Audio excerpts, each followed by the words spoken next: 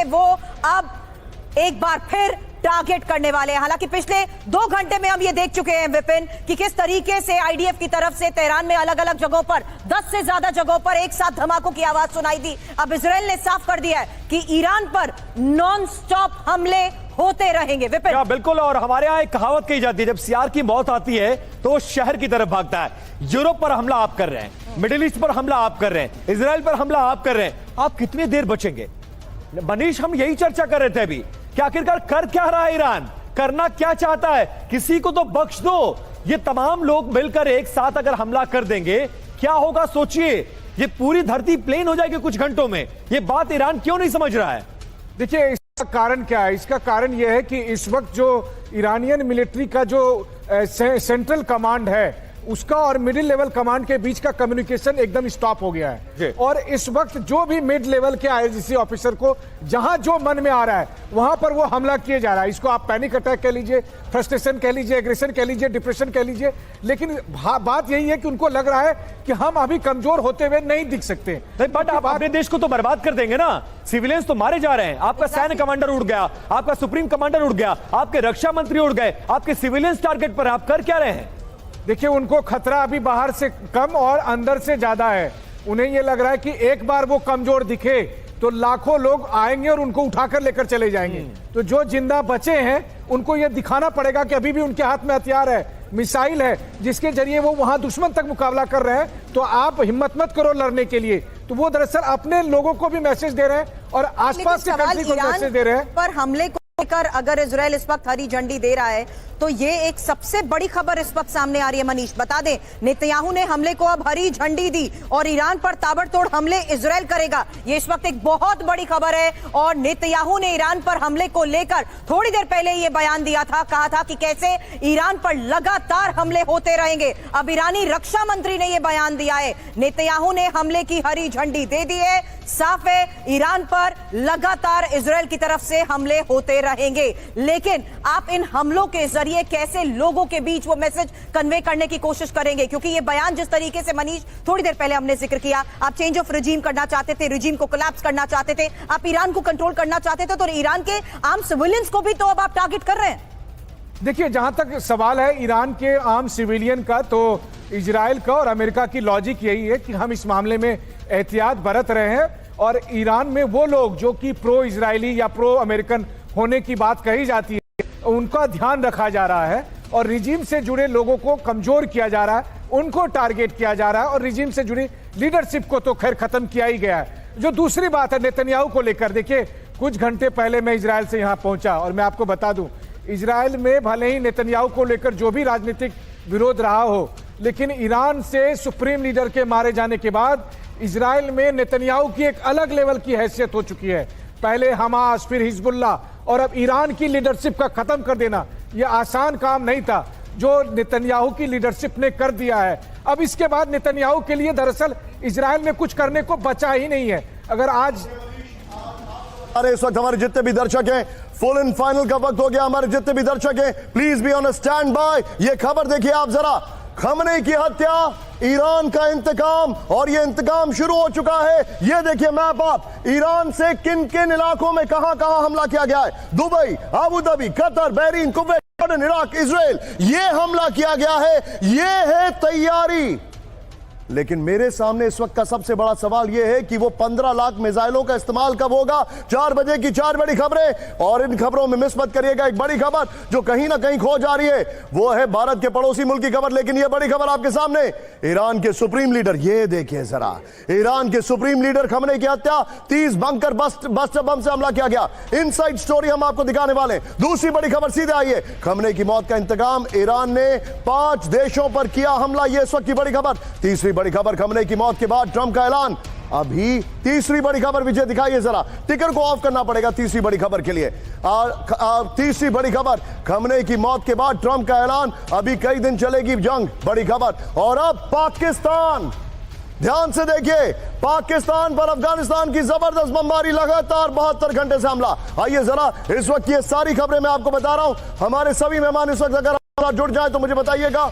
पहली बड़ी खबर, आइए जरा विजय दिखाइए जरा 5 विंडो शॉट्स। ये इस वक्त की बड़ी खबर आपके सामने इस वक्त, ये देखिए, और ये किस तरीके से हमला किया गया खमनेई को, बंकर बस्टर बम, 1 नहीं 2 नहीं 30। और यहां पर ये देखिए खमनेई का मौत का इंतकाम, 5 देशों पर हमला है। ट्रंप ने कहा है अभी 2-3 दिन और चलेगी जंग, यानी मामला गंभीर है और पाकिस्तान पर लगातार 72 घंटे से बमबारी। लेकिन इस वक्त की पहली बड़ी खबर दिखाने से पहले बिग वॉल पर न्यूज नंबर 1, ये देखिए बड़ी खबर आज हम आपके सामने इनसाइड स्टोरी लेकर आ रहे हैं। खमनेई की हत्या का इंतकाम, ईरान ने 5 देशों पर हमले कर दिए, नंबर 1। दूसरी बड़ी खबर दिखाइए जरा, इस वक्त की बड़ी खबर, लंबे जंग की तैयारी में अमेरिका, ईरान पर फिर से बमबारी शुरू हो चुकी है। आ रही है जहां साफ है कि ईरान ने एक और देश को अब अपना निशाना बनाया है। ये इस वक्त एक और सबसे बड़ी खबर है, ईरान ने साइप्रस पर मिसाइल दाग दी है। बड़ी खबर आपको बता रहे हैं, ईरान ने अब साइप्रस पर मिसाइल दागी है। साइप्रस में ब्रिटिश सेना का ठिकाना है और ब्रिटिश सेना के इस ठिकाने को कैसे हिट किया गया, ईरान पर हमले में ब्रिटिश जेट भी थे, इसीलिए इसे टारगेट किया गया है। ईरान ने एक और देश को निशाना बनाया है। और विपिन, जिस तरीके से ईरान इस वक्त हमलों को अंजाम दे रहा है, ये एक और बहुत बड़ी खबर है जहां साइप्रस पर मिसाइल दागी जा चुकी है और ब्रिटिश सेना के ठिकाने को साइप्रस में हिट किया गया है, क्योंकि ईरान पर हमले में ब्रिटिश जेट भी थे। इसीलिए यह साफ है कि कैसे ईरान ने भी पिछले कई दिनों में पूरी तैयारी के साथ रेडी टू अटैक मोड पर अपने उन तमाम टारगेट्स को हिट करने की तैयारी रखी थी, क्योंकि वो ये जानता था कि सिचुएशन जिस लिहाज से एस्केलेट होगी उसमें मुकाबला उसे न सिर्फ सीधे इजराइल या तेल अवीव पर हिट करके करना है, बल्कि अमेरिका के यूएस बेस के साथ साथ अलग अलग जगहों पर जिस तरीके से वो इस वक्त हमलों को अंजाम दे रहा है, उससे साफ है कि ईरान ने ये बता दिया कि सब कुछ कैसे आसानी से हमारे निशाने पर है। या बिल्कुल, और देख लीजिए सुप्रीम कमांडर के मारे जाने के बाद लगभग 10 देशों को अकेला ईरान जवाब दे रहा है। साइप्रस को जवाब दे रहा है, ओमान को जवाब दे रहा है, कतर को, दोहा को, यूएई को, इजराइल को, इन तमाम देशों को अकेला जवाब दे रहा है। और नए सुप्रीम कमांडर की तैनाती और इस तरह के हमले, ये बता रहा है सुरभि कि हम घुटनों पर नहीं आएंगे, अंत तक लड़ेंगे। एक सवाल अशोक सर से लेना चाहती हूं। अशोक सर, ये जो फेहरिस्त विपिन इस वक्त बता रहे थे, कैसे और कैसे मुमकिन कर पा रहा है ईरान, क्योंकि अब तो खबर है ब्रिटिश सेना के ठिकाने को टारगेट करने को लेकर साइप्रस में सर ये हमला हुआ है इस वक्त। जी देखिए, जो आपने शब्दों का प्रयोग किया, जो वो उनके ऊपर जवाब दे रहा है, तो जवाबदेही इसमें नहीं है, क्योंकि बहरीन ने तो उसके ऊपर हमला ही नहीं किया है, सऊदी अरेबिया ने तो उसके ऊपर हमला ही नहीं किया है, दुबई ने तो उसके ऊपर हमला ही नहीं किया। ये तो एक तरफा हमला हो रहा है, ईरान की तरफ से उनके ऊपर हमला हो रहा है। परंतु आप ये ठीक कह रहे हैं, देखिए जब वहां से साइप्रस पर करता है, तो देखिए अगर आप गए हो, ईरान गए हो, तो हमेशा से वो बताता रहा है ये अमेरिका को शैतान बुजुर्ग, मतलब the big devil, the big evil, big Satan, और अब ब्रिटेन को बताता है शैतान कुचैक, मतलब छोटा वो। और हमेशा उसके जो नारे लगते हैं वो यही होते हैं, मार्क बार अमेरिका, मतलब अमेरिका डेथ टू अमेरिका, जो अपनी उसमें फारसी जबान में बोलता है, और ब्रिटेन नंबर 2 पर आता है उसके। तो इसीलिए अगर वहां पर यूएस बेसेस हैं, अगर इजराइल है, तो उसके साथ साथ ब्रिटेन भी आता है। और साइप्रस में ब्रिटेन के ऊपर, हालांकि ब्रिटेन कोई परोक्ष रूप से ये जो हमले हो रहे हैं ईरान के ऊपर, परोक्ष रूप से उसने नहीं कोई वो किया है, काम किया है। लेकिन अशोक सर, मैं माफी के साथ आपको रोक रहा हूं, 2 बातें आपने कही। पहला, शियाओं की शहादत का एक लंबा रिकॉर्ड है, वो लड़ेंगे आखिरी दम तक, लेकिन जिस तरह से चारों तरफ हाथ पैर वो मार रहा है, जो दुश्मन नहीं है उसको भी आप दुश्मन बना रहे हो, और आप इनवाइट कर रहे हो कि आओ हम पर हमला करो। पूरा मिडिल ईस्ट, जो 6 देश हैं जिसके विदेश मंत्री मिल रहे हैं अशोक सर, अगर वो एक साथ हमला कर दे, साइप्रस हमला कर दे, ओमान हमला कर दे, इजराइल अमेरिका लगातार कर रहा है, तो ईरान कितने देर का खेल है, कितने घंटे लगेंगे, कितने मिनटों में सफर चट हो जाएगी धरती, फिर शहादत शहादत आप चिल्लाते रहिएगा। नहीं, आप बिल्कुल ठीक कह रहे हैं। देखिए एक हमारी भी कहावत है, हिंदी में भी कहावत है, जो जब सियार की मौत आती है तो वो शहर की तरफ भागता है। Exactly sir. इसका जो है ईरान का जो अभी काम कर रहा है, वो उसका डेस्परेशन है, वो उसका फ्रस्ट्रेशन है, उसको समझ नहीं आ रहा है जो वो क्या करे। तो जहां पर भी उसको मौका मिलता है वो वहां पर फायरिंग करना शुरू कर देता है, वहां पर अपने मिसाइल फेंकना शुरू कर देता है। परंतु जैसे मैंने बताया, उससे उसका अपना ही नुकसान हो रहा है, फायदा नहीं हो रहा है। बिल्कुल, लेकिन सर विपिन, इस वक्त हकीकत यह है कि अभी इजराइल एयर सुप्रीमेसी के तहत जिस तरीके से तेहरान पर हमलों को अंजाम दे रहा है उसको लेकर खबरें बहुत बड़ी हैं, लेकिन ईरान भी एक और देश को कैसे अब निशाना बना चुका है, साइप्रस पर मिसाइल दागी है, ये एक और सबसे बड़ी खबर है। और इसी को लेकर लगातार हम एक्सपर्ट से सवाल कर रहे हैं कि कैसे अब साइप्रस में ईरान ने हमले को अंजाम दिया जो कि ब्रिटिश सेना का ठिकाना था, और यूरोपीय देश पर यह पहला हमला, ईरान का यूरोपीय देश पर पहला हमला। बड़ी खबर आपको बता रहे हैं क्योंकि साइप्रस पर मिसाइल दागी है ईरान ने, यह सबसे बड़ी खबर है। साइप्रस में ब्रिटिश सेना के ठिकाने पर हमले को अंजाम दिया है। मनीष इस वक्त हमारे साथ है। मनीष, अब ये तस्वीर आ रही है जमकरान मस्जिद पर लाल झंडा, ये देखिए प्रतिशोध का प्रतीक लाल झंडा, ये इस वक्त एक और बड़ी खबर। मनीष जरा बताएं इन तस्वीरों के बारे में, क्योंकि ये जमकरान मस्जिद पर लाल झंडे की तस्वीर सामने आ चुकी है। मनीष, देखिए, वैसे तो जमकरन मस्जिद पर लाल झंडे का एक हिस्टोरिकल इंपॉर्टेंस है। Exactly. और ये गुस्सा, प्रतिशोध और शोक तीनों को व्यक्त करता है।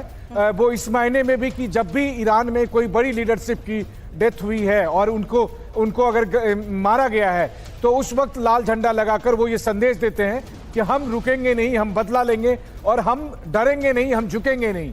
और इसी संदर्भ में जाहिर है कि ईरान के सुप्रीम लीडर के मारे जाने के बाद या उनकी नज़र में शहादत के बाद वो ये बताने वाले हैं कि हम रुकने वाले नहीं हैं, और वो हुआ भी है। देखिए, 24 घंटे से ज़्यादा का वक्त हो गया और नॉन स्टॉप ईरान की तरफ से मिसाइलें दागी जा रही है, लेकिन वो प्रतिशोध कब तक ले पाएंगे? जैसे आपने साइप्रस की बात कही, मैं खाली आपको एक ऐड कर दूं कि साइप्रस में ऐसा नहीं है कि खाली ब्रिटिश फौज है, साइप्रस में बड़ी संख्या में आईडीएफ के फाइटर जेट रखे जाते हैं। वहां पर साइप्रस में इजराइल की बड़ी मौजूदगी है। जब भी इजराइल पर हमले की आशंका होती है। चाहूंगी एक और बहुत बड़ी खबर सामने इस वक्त आ रही है, और बड़ी खबर इस वक्त की जहां ईरान पर नॉन स्टॉप हमले इजराइल करेगा। यही नेतन्याहू का आपसे थोड़ी देर पहले बयान भी आया था, अब ईरानी रक्षा मंत्री ने भी बयान दिया है, अब लगातार हमले होंगे, लगातार हमले, यानी नॉन स्टॉप हमलों की बात इजराइल ने एक बार फिर कह दी है, ये बताते हुए कि ईरान को कैसे वो अब एक बार फिर टारगेट करने वाले हैं। हालांकि पिछले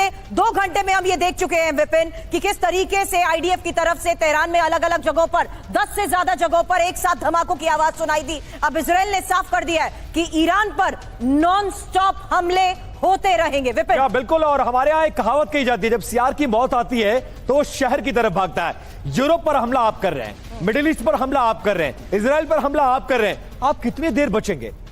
मनीष, हम यही चर्चा कर रहे थे अभी कि आखिरकार कर क्या रहा है ईरान, करना क्या चाहता है, किसी को तो बख्श दो। ये तमाम लोग मिलकर एक साथ अगर हमला कर देंगे क्या होगा सोचिए, ये पूरी धरती प्लेन हो जाएगी कुछ घंटों में। ये बात ईरान क्यों नहीं समझ रहा है? देखिए, इसका कारण क्या है? इसका कारण यह है कि इस वक्त जो ईरानियन मिलिट्री का जो सेंट्रल कमांड है उसका और मिडिल लेवल कमांड के बीच का कम्युनिकेशन एकदम स्टॉप हो गया है। और इस वक्त जो भी मिड लेवल के आईआरजीसी ऑफिसर को जहां जो मन में आ रहा है वहां पर वो हमला किए जा रहा है। इसको आप पैनिक अटैक कह लीजिए, फ्रस्ट्रेशन कह लीजिए, एग्रेशन कह लीजिए, डिप्रेशन कह लीजिए, लेकिन बात यही है कि उनको लग रहा है कि हम अभी कमजोर होते हुए नहीं दिख सकते। बट आप अपने देश को तो बर्बाद कर देंगे ना, सिविलियंस तो मारे जा रहे हैं, आपका सैन्य कमांडर उड़ गया, आपका सुप्रीम कमांडर उड़ गया, आपके रक्षा मंत्री उड़ गए, आपके सिविलियंस टारगेट पर, आप कर क्या रहे हैं? देखिए, उनको खतरा अभी बाहर से कम और अंदर से ज्यादा है। उन्हें यह लग रहा है कि एक बार वो कमजोर दिखे तो लाखों लोग आएंगे और उनको उठाकर लेकर चले जाएंगे। तो जो जिंदा बचे हैं उनको यह दिखाना पड़ेगा कि अभी भी उनके हाथ में हथियार है, मिसाइल है, जिसके जरिए वो वहां दुश्मन तक मुकाबला कर रहे हैं। तो आप हिम्मत मत करो लड़ने के लिए। तो वो दरअसल अपने लोगों को भी मैसेज दे रहे हैं और आसपास के कंट्री को मैसेज दे रहे हैं। पर हमले को लेकर अगर इजराइल इस वक्त हरी झंडी दे रहा है तो ये एक सबसे बड़ी खबर इस वक्त सामने आ रही है। मनीष, बता दें, नेतन्याहू ने हमले को अब हरी झंडी दी और ईरान पर ताबड़तोड़ हमले इजराइल करेगा, ये इस वक्त एक बहुत बड़ी खबर है। और नेतन्याहू ने ईरान पर हमले को लेकर थोड़ी देर पहले ये बयान दिया था, कहा था कि कैसे ईरान पर लगातार हमले होते रहेंगे। अब ईरानी रक्षा मंत्री ने यह बयान दिया है, नेतन्याहू ने हमले की हरी झंडी दे दी है, साफ है ईरान पर लगातार इजराइल की तरफ से हमले होते रहेंगे। लेकिन आप इन हमलों के जरिए कैसे लोगों के बीच वो मैसेज कन्वे करने की कोशिश करेंगे, क्योंकि ये बयान जिस तरीके से मनीष थोड़ी देर पहले हमने जिक्र किया, आप चेंज ऑफ रिजीम करना चाहते थे, रिजीम को कोलैप्स करना चाहते थे, आप ईरान को कंट्रोल करना चाहते थे, तो ईरान के आम सिविलियंस को भी तो अब आप टारगेट कर रहे हैं। देखिए, जहां तक सवाल है ईरान के आम सिविलियन का, तो इजराइल का और अमेरिका की लॉजिक यही है कि हम इस मामले में एहतियात बरत रहे हैं और ईरान में वो लोग जो कि प्रो इजरायली या प्रो अमेरिकन होने की बात कही जाती है, उनका ध्यान रखा जा रहा है और रिजीम से जुड़े लोगों को कमजोर किया जा रहा है, उनको टारगेट किया जा रहा है और रिजीम से जुड़ी लीडरशिप को तो खैर खत्म किया ही गया है। जो दूसरी बात है नेतन्याहू को लेकर, देखिए कुछ घंटे पहले मैं इजराइल से यहां पहुंचा और मैं आपको बता दूं, इजराइल में भले ही नेतन्याहू को लेकर जो भी